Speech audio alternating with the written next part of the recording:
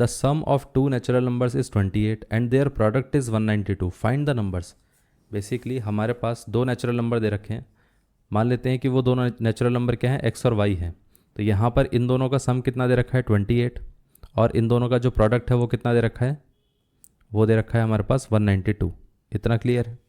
वैसे तो इस क्वेश्चन को ट्रायल एंड एरर मेथड से भी किया जा सकता है, लेकिन इसको हमें प्रॉपर तरीके से ही करना है, स्टैंडर्ड प्रोसीजर से। तो यहाँ पर हम y की वैल्यू क्या ले सकते हैं, 28 माइनस एक्स। इस y को हम इधर रिप्लेस कर देते हैं तो ये कितना आ जाएगा, x into 28 minus x is equal to 192।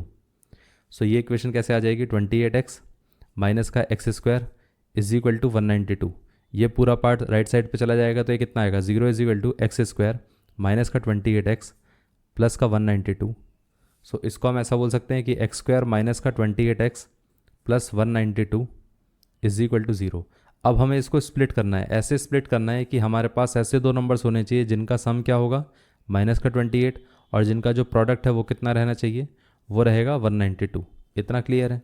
अब देखिए यहाँ पर अगर हम नोटिस करें 192 के फैक्टर क्या हो सकते हैं, अगर हम इसको 4 से डिवाइड करेंगे तो वो कितना आएगा, 4 से अगर हम फैक्टराइज करेंगे तो 4, 4 16, 4 8 32। इतना क्लियर है। इसको फर्दर हम फैक्टराइज कर सकते हैं, तो इसके फर्दर फैक्टर लेके देखते हैं कितना आएगा, 4 इंटू इसका फैक्टर हो गया 4, और ये कितना आ जाएगा, ये आ जाएगा 12।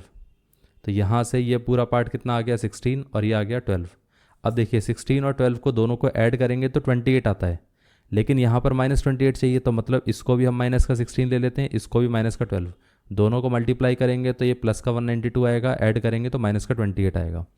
तो यहाँ पर ये कितना आ गया, ये आ जाएगा माइनस का 16x और माइनस का 12x plus 192 is equal to 0 and this one is x square. इसमें से हम x कॉमन ले सकते हैं तो ये कितना बचेगा, x माइनस 16।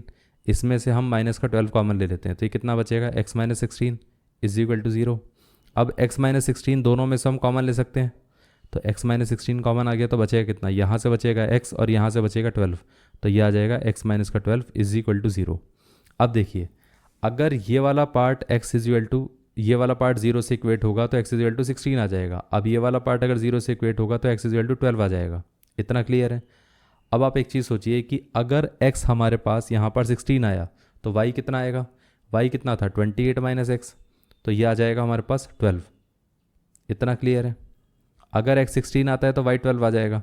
अगर हमारे पास यहाँ पर x की वैल्यू कितनी रहती है, x इज इक्वल टू 12 रहता है, तो y कितना आ जाएगा, y 28 minus 12 which is equal to 16। तो y कितना आ गया 16।